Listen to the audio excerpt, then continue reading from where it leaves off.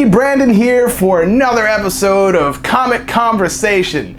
I'm excited. We're doing something really new this time. We're talking about something that's not Marvel or DC. Wait, no, don't go. It's Image. You know Image. Come on, guys. Don't be like that. Also, we're not talking about superheroes. Stop. Don't leave. Just listen to me for a second. We're talking about MiddleWest, modern day fantasy young adult story by artist Jorge Corona and the author Scotty Young. And it's great stuff. It's probably the best new thing that I've read this year. So I'm hyped and I want to tell you all about it. Our story features Abel. He's our hero for this story. He's a young kid from middle of nowhere town, the MiddleWest. He's got a paper route, lives in a trailer, abusive father, and a nightmare of a tornado that is chasing him and is really, really angry. He also has a pet fox, or I don't think he'd appreciate being called a pet. He has a friend, and it's a fox. But it's not the only friend he has. He has other friends. He's not like some lonely kid with just a fox. He plays video games with other kids his age. He's not like Calvin and Hobbes, I don't think. But it's with these friends that he gets into a little bit of trouble, and it's after he gets into this trouble that leads to a confrontation with his abusive father. Of course, that is, you got these two parties that are clashing, and like you do, his father turns into a tornado. All right, that's not normal, but after he turns into a tornado, Abel and his fox they're being chased. They got to escape town for safety. They escape on a train and they leave the MiddleWest. Wait, a tornado chased them out of town like Wizard of Oz? I mean, well, the tornado was his dad, so it's a little different, kind of. Leaving the town doesn't mean Abel has found safety, however. Now alone with his fox, Abel finds himself confronting challenges like bird-like cannibals and toll bridges with trolls living under them, and a weird scar mark, something on his chest that reacts in a very familiar way to his anger. It's not a cannibal if it's a bird and he's a person. Bird-like, I said bird-like. These aren't the only characters that Abel comes across, though. He meets a wizard who wields a staff that's more of a street light, or maybe the street light is the staff. I don't know. There's robots and magicians that run carnivals. It's very exciting. Can these characters help Abel answer the questions that he has? Because he does have a lot of questions. I mean, I hope they do, because here's the thing. His father, the tornado, is still out there and looking for him. I really appreciate the world that's being given to us here. We're getting a lot of inspiration, not just from Wizard of Oz, but we're pulling from ideas like, well, any story with a boy and his animal companion. We're getting trolls from fairy tales. We're getting carnivals and train escapes, and it's all very exciting, especially when you have wizards and magicians, and we do see some talk about old magic in a very current setting. I really like the artwork that we're seeing here. There's something really cool about getting the dark look of the train escape and then also having this carnival, very bright carnival that's happening in this very dark starry sky.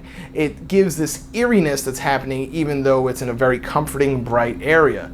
The first things that we see in this carnival, for example, we see this carnival barker who, well, the way that he looks, the description that I'm trying to give you right now, he looks like the Joker almost. And it's this very exaggerated art style that I appreciate, because it also goes and tells us who we're looking at. The art style tells us what our characters are.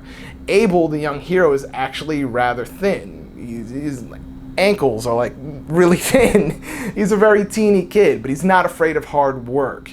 Whereas his father is this very blocky character. He's not fat, he has a square jaw, square chest, square body. I'd say he's of average build, but he is statuesque in his own way, and a threat. He has a very imposing character. Not more imposing than the robot that I mentioned, Wrench.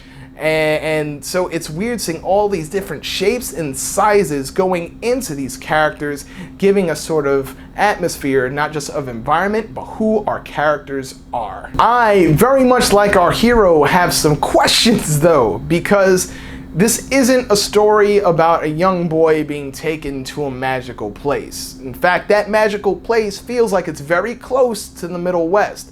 There's something that's unifying all of the areas, everything that has energy. There's something similar whether we're in the Middle West or the train or the carnival. Everything that uses energy, it seems, has this pink fluid, this pink fuel. I'm gonna call it fuel because it hasn't been addressed what this pink stuff is. And so the Middle West and wherever this train has taken Abel to can't be that far apart. They're definitely in the same world. This isn't Oz and Kansas. They are the same universe. So what exactly is happening to Abel, and where is he? Question, where is Abel's mom? Now, I'm reading book 1, and book 1 contains issues 1 through 6. And in these issues, she's been referenced a number of times. We know that she's left, she's walked out of the family for whatever reasons. That's never explained to us. We even get pictures of her. And I have a feeling that we will be seeing her at some point in this story. But we don't know where she is, why exactly she left, and what she knows. Because as you can see, I have questions. Abel has questions. What's the deal with Abel's dad being a tornado? What's going on with Abel and his similar powers that seem to be reacting to his temper? Where is she, and how does she play into this story as we see it forming right now? I really enjoy the adventure I was taken on, and I recommend it to anyone who likes modern day fantasy, young adult fiction, you know, the whole adventure of being this kid from a small town who's experienced nothing, now going on a grand adventure, enjoying new foods, meeting new people. It was a ride that I recommend to anyone. Even if you came to this video expecting to see more superhero stuff and didn't get that, I won't apologize for that, but I will say that if you are interested, you'll still find adventure here. Now, I'm looking forward to book 2. You know, maybe I'll get some of those questions I had answered. If you feel like you have questions too, share them with me below. And if you think you have answers to the questions I have, also comment below. Let's keep the conversation going, guys. Like the video if you liked it. Share with your friends. Subscribe to the channel. You can reach out to me on Twitter at ComicConvo, COMICONVO. And I am Brandon for Comic Conversation. We'll see you next time.